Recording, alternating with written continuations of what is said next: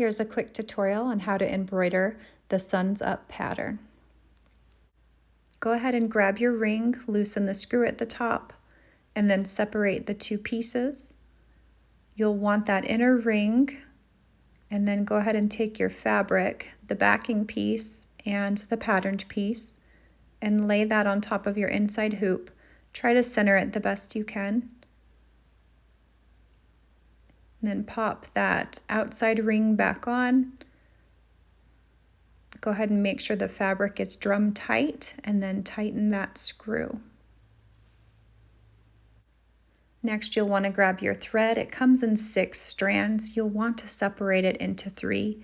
This whole pattern calls for 3 strands.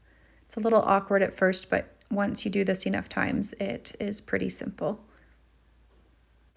I take those 3 strands, I slip them in between my fingers, and then I take the needle eye up, and then I push that down over the top of the thread. And that is my preferred way of threading a needle. Once your needle is threaded, go to the other end of that same thread and then tie an overhand knot, just a simple overhand knot. And then I like to do it a second time, just to have a little bit bigger of a knot there, so I know it's secure and won't come up through my fabric.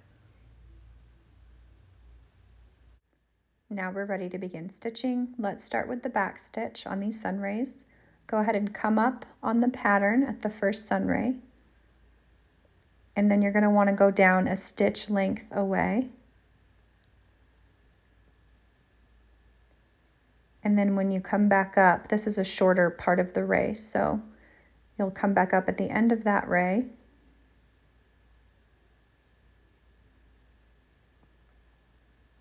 And then you'll move backwards and go back down into the stitch before.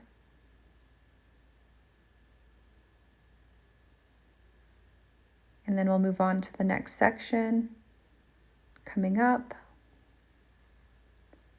going back down a stitch length away,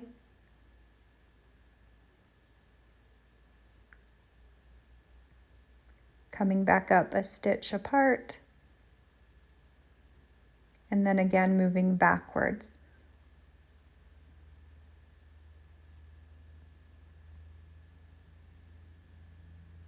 And we'll just keep following that pattern.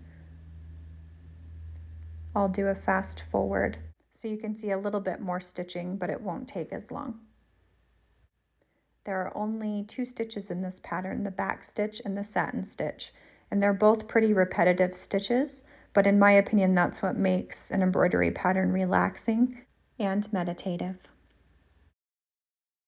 When you come to an end of a thread and you need to tie it off, flip your hoop over. I find the closest thread, I slide it through, I leave a loop, and then I do a small knot. And then if you want to double up, I always do, it's your preference, but I like to do a double knot for security. And then when I get to the end of that, or tighten it up, I cut that little tail off. The next stitch we'll do is satin stitch. We'll come up through the top of the sun. I pull the thread a little tight to get a 90-degree angle, and then I go back down. And then I'll come back up again at the top as closely as I can next to the other stitch, not the same hole, just close to it. And then I'll go back down next to the bottom stitch, and then we'll continue to fill that in. I'll go ahead and fast forward these next stitches, but I would definitely, throughout the pattern, the waves also start in the middle when you start the satin stitch. Do not start at the ends, or your lines will end up going diagonal and they're harder to correct, unless you like that look. If you want diagonal, go for it. As I finish filling this in, it'll start to slow down as we get to the end, because I'll show you that I did a back stitch and it kind of frames the sun. I'll show you here the back stitching I did on the sun. I didn't start right at the wave line. I went 1 stitch up, and then I went back down There were so many stitches in that area, I just needed some clarity, so I started a little bit away. But then I went back up a stitch length from the first stitch and then worked backwards again, just like the sun rays. Nothing really different there when you're just outlining the sun.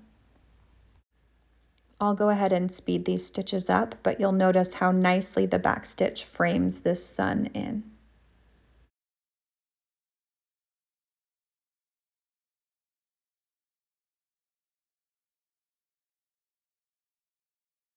Once your pattern's complete, you can go ahead and cut around your fabric if you haven't already, leaving 1.5 inches of fabric.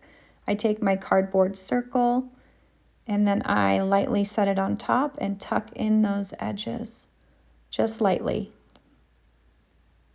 And once they're all tucked in, I can pop that cardboard piece down and your piece is complete. You can write your signature or the date on the back and it's ready to be displayed. Thank you for watching this tutorial, and please don't forget to subscribe.